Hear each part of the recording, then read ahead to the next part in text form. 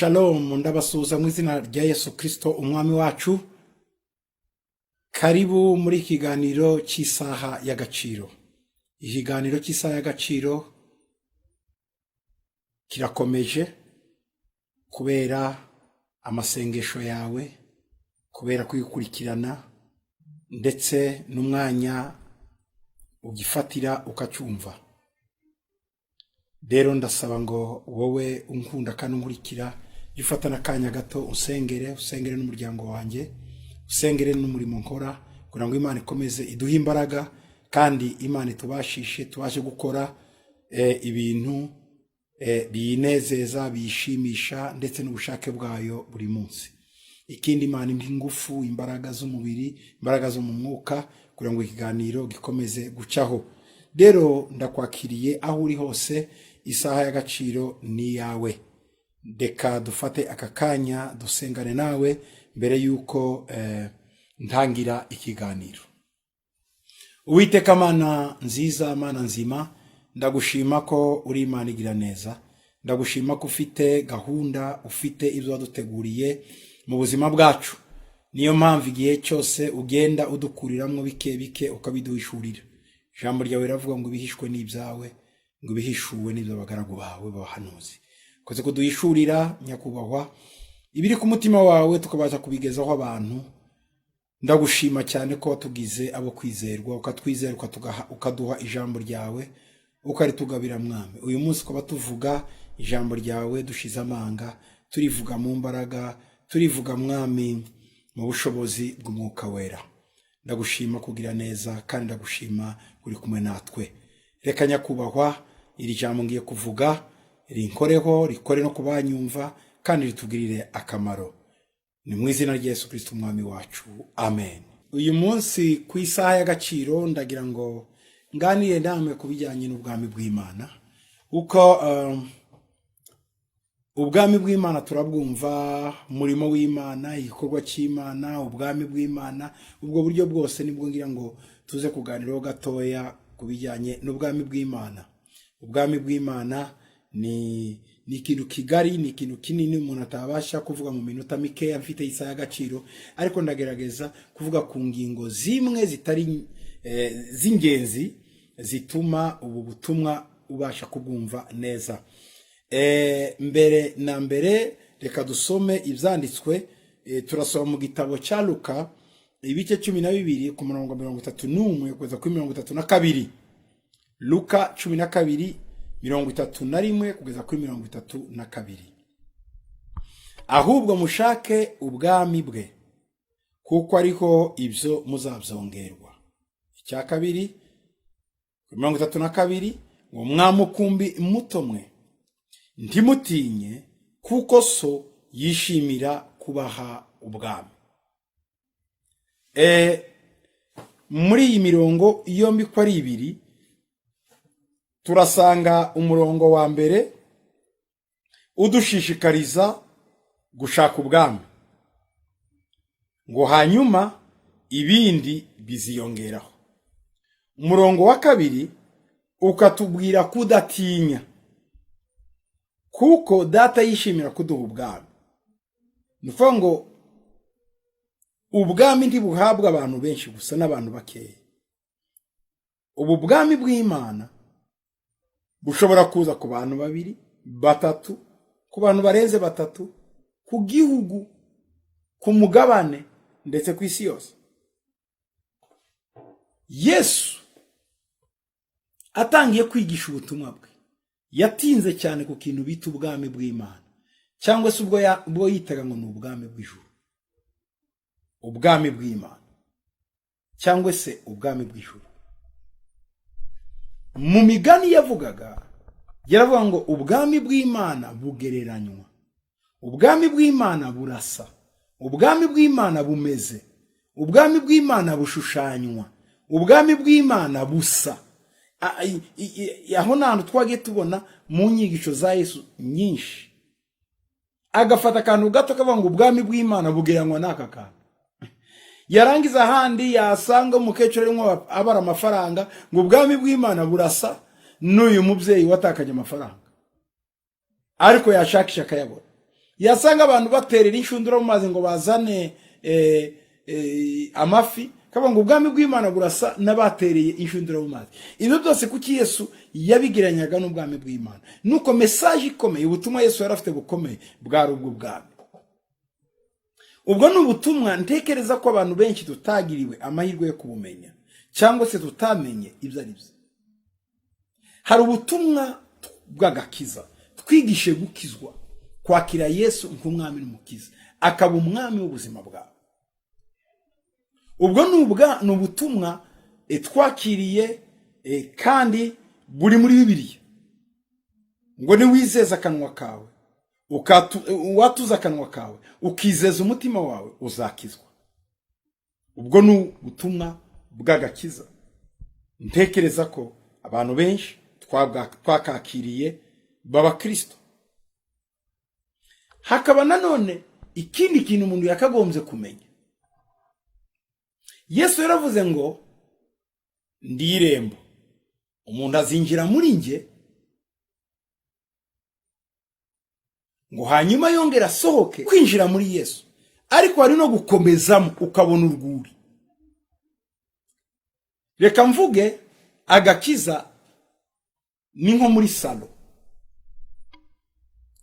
ariko ubutumwa bw'ubwami ni nko kwinjira mu bindi byumba byinshi, ndetse no mu rindi irembo risohokera ahandi hantu ukabona ibindi bintu.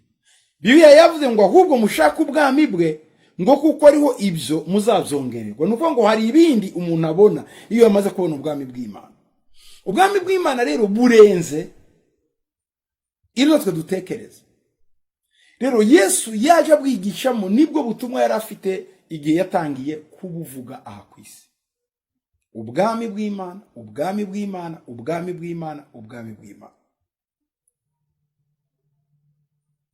Aza kubwira abigishwa muri Matayo 24 ngo ubu butumwa bw'ubwami ngo buzabwirizwa hirya hose no ku isi, ngo hanyuma ngo iherezo ribone kuba. Iherezo rizaba ubutumwa bw'ubwami bwamaze kugera hirya no hino. Ubu butumwa bw'ubwami ni ubutumwa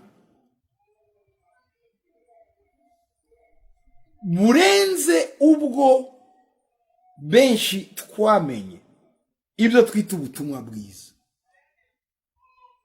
Ubutumwa bwiza ubundi ni irembo rigukingurira kwinjira mu butumwa bw'ubwami. Yesu aje ku isi rero, ubwami bw'Imana bwazanye nawe, arangije asiga abigishwa be kugira ngo buzure umwuka we, bakomeze bajyane ubwo bwami hirya no hino. Hari ikigaragara mu bwami bw'Imana. Yarababwiye ngo nimugende mujye kuvuga ubutumwa, ngo mubwirize amahanga yose, muyahindure kuba abigishwa. Ahandi aravuga ngo mubwirize amoko yose. Hari ethnos na cosmos. Mu gitabo cya Mariko n'igitabo cya Matayo hamwe avuga kuri cosmos, isi, kubwiriza isi, n'ahandi akavuga ethnos, kubwiriza amoko, imiryango, etni. Ni ukuvuga ngo ubwami bw'Imana bugomba gucengera muri systeme, muri culture, culture. The kingdom of God must go and change all the cultures, system.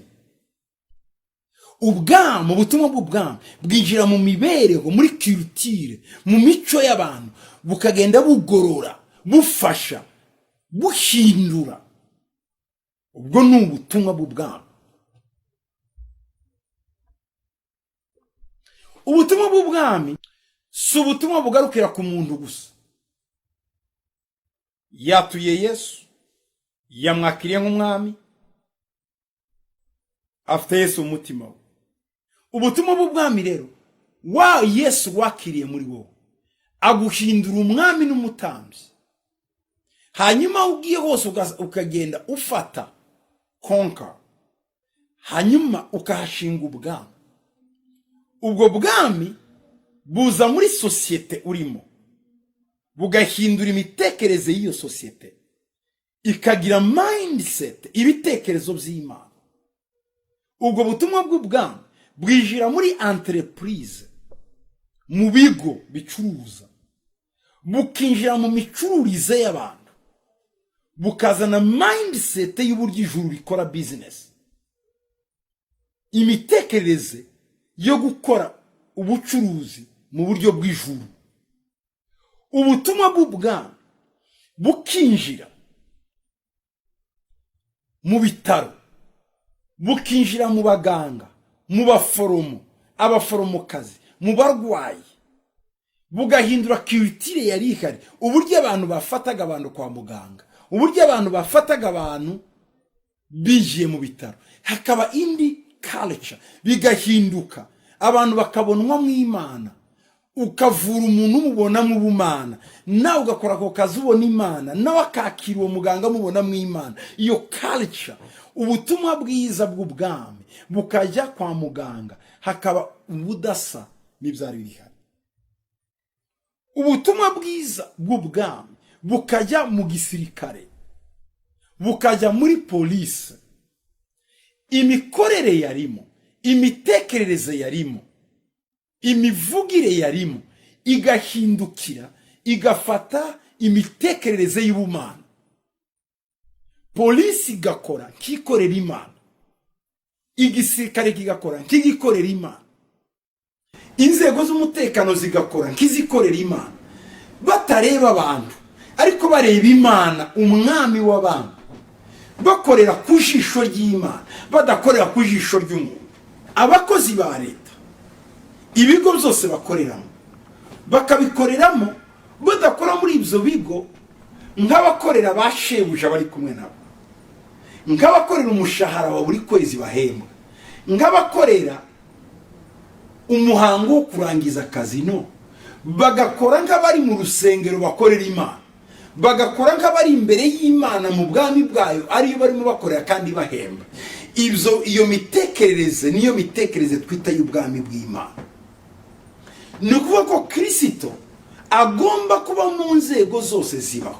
Mu burezi Yesu akahaba, abanyeshuri bakakira ubutumwa bw'ubwami, abigisha bakakira ubutumwa bw'ubwami.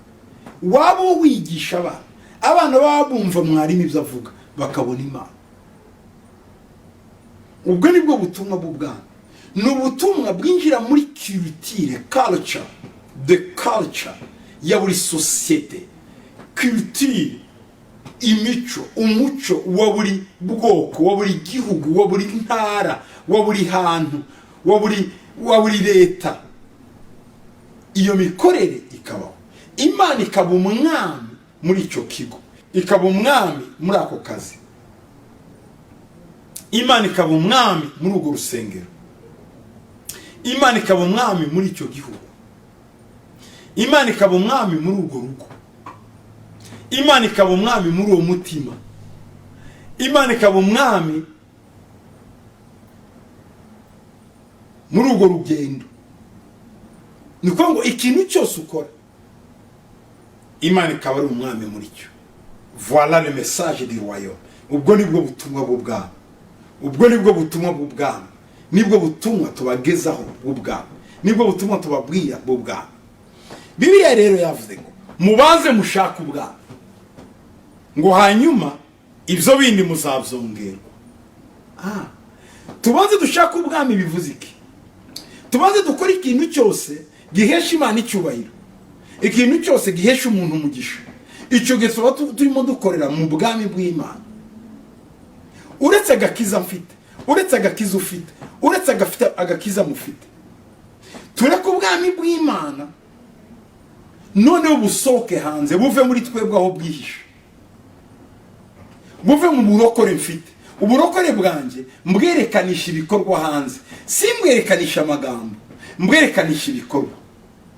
Uburokore bwanjye mbwerekanisha ibisubizo kuruta kubwerekanisha ibibwiriza gusa by'amagambo. No, umuntu mbonye ibikorwa ngora avuga ati hari Imana, uyu muntu ari mu Imana, aka kazi n'ak'Imana, ibintu arimo akora ni iby'Imana. Umuntu wese umbona, umuntu wese unyumva, yumva Imana, abona Imana, ntarebe njye, ntarebe wowe. Ubwo ni ubutumwa bw'ubwami. Ubwami rero abantu barabushaka. Hari uburyo bubiri: tubushaka mu masengesho, ikindi tukabushaka mu bikorwa. Turasenga tuvuga ngo data ubwami bwawe buza. Muri Matayo 6:10 Bibiliya ivuga ngo ubwami bwawe buze. Ibyo ushaka ku isi, ibikorwa mu ijuru, aba ari byo bikorwa ku isi. Ubwami bwawe buze, ibiri mu ijuru aba ari byo biba ku isi. Uburyo ukora ibintu mu ijuru ariko buryo bikorwa ku isi, kuko turi mu bwami bumwe.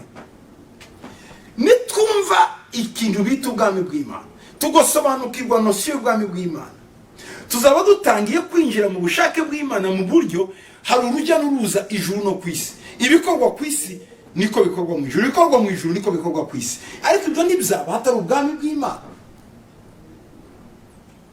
Ubwami bw'Imana bufite icyubahiro, bufite imbaraga, bufite autorite. Mu bwami bw'Imana, ku ngoma y'Imana, ahari ubwami bwayo, ahari ubutumwa bw'ubwami, nitubona ubu bwami, nidushaka ubu bwami, indwara zizakira, inzara izagenda, ruswa izava mu bantu, ubuzima bw'ubutsinzi buzagaragara, ishyari rizava mu bantu, Imana izahindura imikorere, systeme yo kwikunda, imikorere yo kwizanaho, imikorere yo kwikunda, imikorere yo kwigaburira iyizavaho. Kubera iki? Kuko ubutumwa bw'ubwami buracengera, bukinjira, bukagera kure. Ubutumwa bw'ubwami buhindura imibereho, buhindura imitekerereze y'umuntu, umuntu akava mu rwego rumwe akajya ahandi. Ubutumwa bw'ubwami bukora ibitangaza mu buzima bwacu, indwara zigakira, amadayimoni akagenda, ibi turimo bigakubitwa hasi. Ubutumwa bw'ubwami bugakora. Mwamukumbi mutongo Timoti, kuko so yishimira kubaho ubwami. Wowe turi kumwe uyu mwanya, Imana yakuvuga ngo ntutinye, ubwami ni ubwawe. So arishimira kuguha ubwami, so arishimira kuguha ubwami. Witinya, witinya, wigira ubwoba, ubwami ni ubwawe. Mwamukumbi muto, ntimutinye, kuko so yishimira kubaho ubwami. Ni ubushake bw'Imana kuhabwa ubwami bwawe. Ubwami buza mu bitekerereze yawe, ubwami buza mu rugo rwawe. Tuvuge ngo uri muto, tuvuge ngo ntiwize, tuvuge ngo nturarongorwa, tuvuge ngo nturarongora, tuvuge ngo nta bantu ufite, tuvuge ngo nta mugabo, tuvuge ngo nta nzu, tuvuge ngo nta modoka. Witinye, wamukumbi muto, wewe wa muntu ukomeze kose, so yishimiye kuguha ubwami. Haleluya! Imana yishimiye kuguha ubwami uko umeze kose. Ntutinye, ntugire ubwoba, so yishimiye kuguha ubwami, kuko ubwami ni ubwawe. The kingdom is yours. Is pleasure of God to give you his kingdom. Ni plezire y'Imana, birayinezeza Imana kubona ufite ubwami. Utari mu bwami gusa, uri mu bwami, ufite ubwami, uri umwami utegetse. Bibiliya ivuga ngo yaduhinduriye kuba abami n'abatambyi ngo tuzime mu isi. Tuzime mu isi, tuzime mu isi, tuzime mu isi. Yaguhinduriye kuba umwami n'umutambyi ngo uzime mu isi. Shimwa Yesu. Ubwami bw'Imana si amagambo, ni ibikorwa.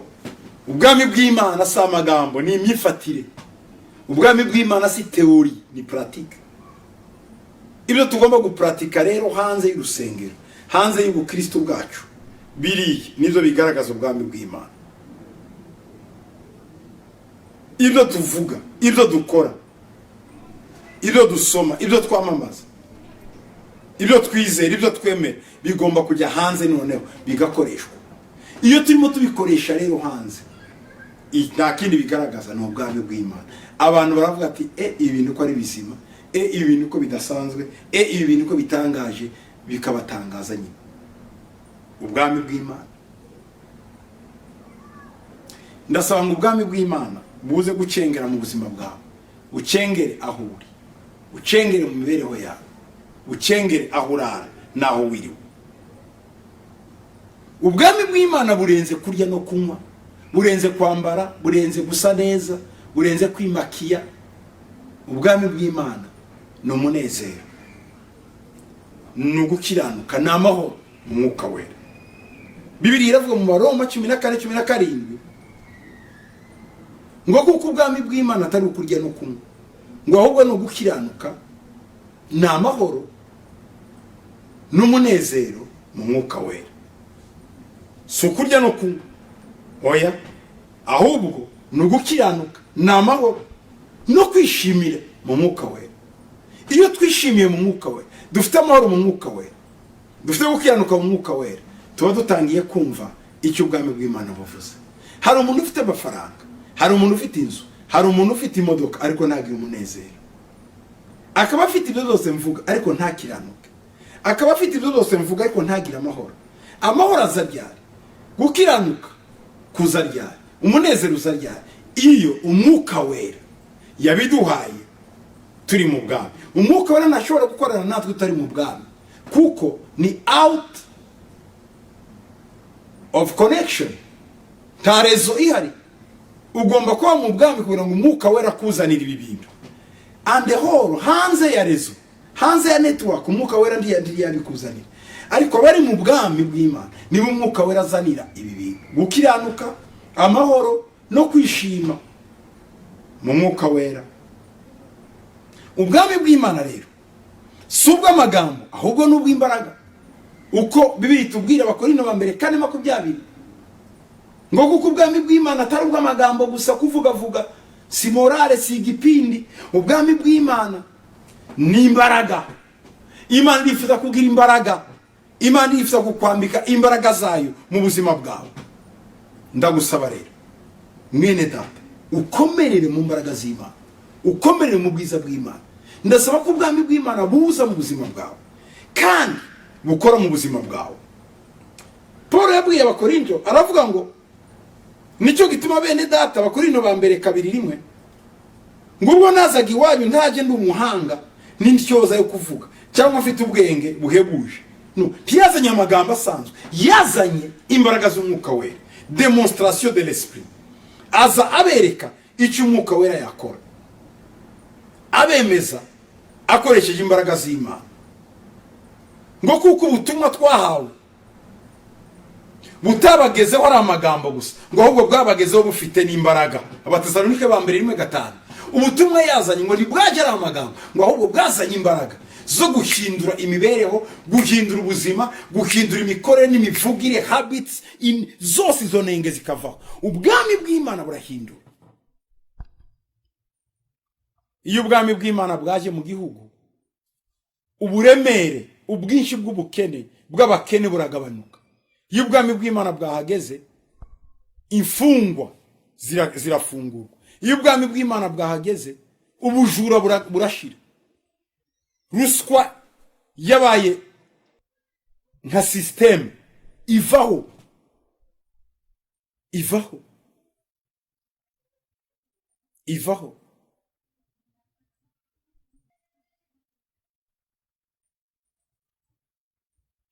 Uburaya buvaho. Amakartier y'indaya yarafunga gahinduka amatorero. Iyo ubwami bw'Imana bwaje, ibiyobyabwenge biva mu gihugu, biva mu bantu. Hari bice bimwe hano muri Amerika byiganjwe n'urumogi, aho abana bagenda bakamura urumogi bagasinda. Hari ibindi bice byiganjwemo n'ubucuruzi, aho uje ugasanga abantu baracuruza. Waje mu bindi bice ugasanga hari abantu bakiriritse bo hasi, ibindi bice ugasanga abantu bazamutse. Iyo ubwami bw'Imana bwaje mu bantu, bariya b'urumogi bahinduka abantu, izo quartier z'urumogi zigashira, abantu bose bakaba kimwe, amahoro akaza mu bantu. ntiyagira abasumba abandi abakomera ngo buruta abandi, kuko ubwami bw'Imana bwacengeye, ubwami bw'Imana bwinjiye, bwanyanyagiye ahantu hose. System igahinduka, ruswa igahinduka, urumogi rugahinduka, uburozi bukava mu bantu, amashara akava mu bantu, buri muntu wese agakora kugira ngo abeho. Ayo ni amaprincipe y'ubwami, the keys of the kingdom, arizo mfunguzo z'ubwami. Kuko ubwami bugira imfunguzo. Bibiliya iravuga mu gitabo cya Matayo 16 ku murongo wa 19, nzaguha imfunguzo z'ubwami bwo mu ijuru, kandi icyo uzahambira mu isi kizaba gihambiriwe mu ijuru, icyo uzahambura mu isi kizaba gihambuwe mu ijuru. Nzaguha imfunguzo z'ubwami. Akira imfunguzo z'ubwami muri uyu mwanya, right way, zakire mu izina rya Yesu. Ufungure imigisha yawe, ufungure gutera imbere kwawe, ufungure ubwenge bwawe, ufungure inda yawe, ufungure umutwe wawe, cerveau yawe ifunguke. Habwa imfunguzo z'ubwami, ugere aho utigeze ugera, ugere aho ababyeyi bawe batageze, ugere aho umuryango wawe utigeze ugera. Habwa izo mfunguzo zikugeza kure, habwa izo mfunguzo zikwinjiza kure, izo mfunguzo zikugeza aho abantu batakugejeje. Yesaya 22 ku murongo 22, Bibiliya iravuga ngo urufunguzo rw'inzu ya Dawidi nzarushira ku rutugu rwawe, cyangwa se ku rutugu rwe. Niwe uzakingura ntiyagira ukinga, kandi n'uzakinga ntiyagira ukingura. Bivuze iki? Ngo urufunguzo ruzaba ku bitugu byawe. Ibitugu ni autorite, ibitugu ni uguheka, ni guverinema, ni ubutware, ni ubutegetsi. Uzagendana autorite, uzagendana urufunguzo. Aho uzakinga naho uzakingura, naho uzakingura naho uzakinga. Mbega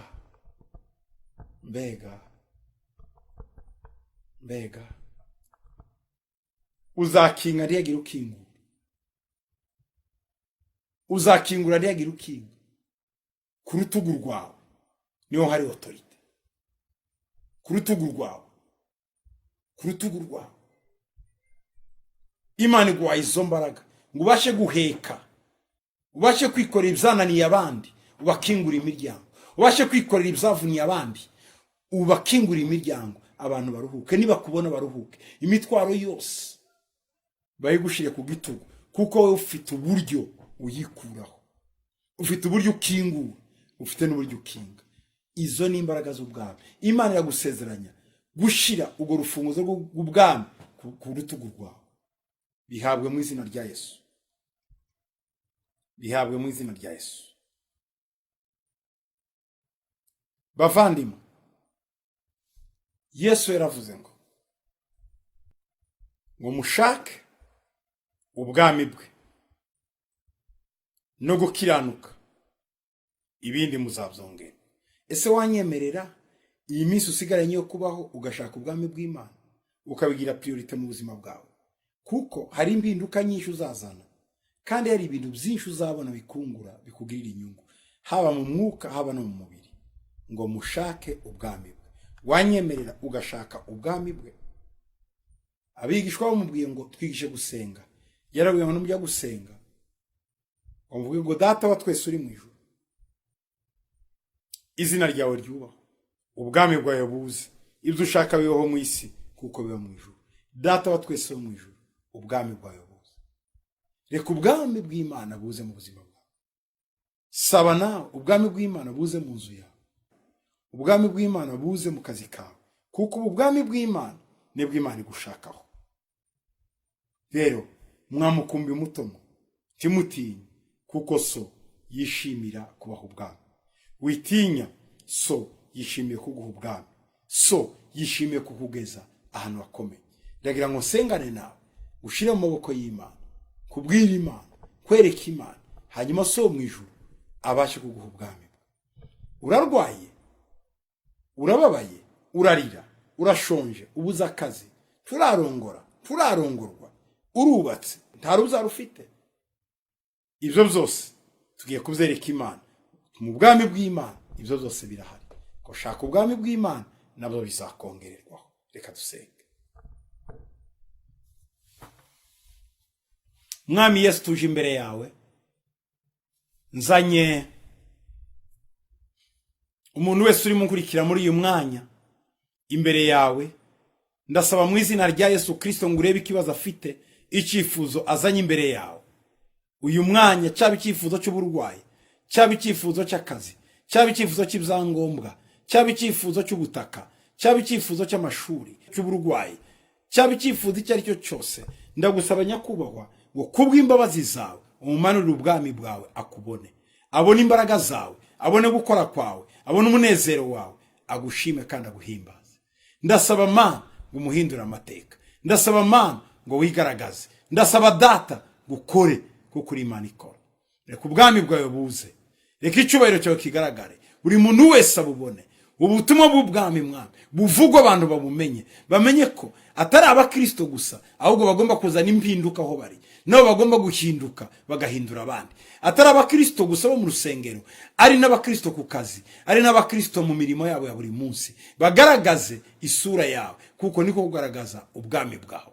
Reka Yesu ubuzima bwabo, imibereho yabo birindwe nawe kandi ubagiriye neza. Ndasabira buri muntu wese unkurikiye, buri muntu wese unyumva, buri muntu wese mwamuraha ukurikiye kuri radio, kuri televiziyo, kuri mudasobwa, Mwami mu izina ryawe Yesu Kristo ubashe kumugirira neza, umuhe igisubizo kandi umwereke ubwami bwawe. Waravuze ngo dushaka ubwami bwawe, turabushatse Mwami, turaguhamagaye ngo duhe ubwami bwawe. Zana ubwami bwawe, twereke ubwami bwawe Mana, butwikire ubuzima bwacu, bitwikire igihugu cyacu, bitwikire imibereho yacu, bitwikire ubwoko bwacu, bene wacu, aho duca hose Mwami ubwami bwawe bugaragare hose. Ndagushima kugirira neza kandi ndagushima ko twumvise, icyubahiro cyawe n'ubuntu bwawe bidutwikire uyu munsi n'iteka ryose, ni mu izina rya Yesu Kristo Mwami n'umukiza wacu. Amen.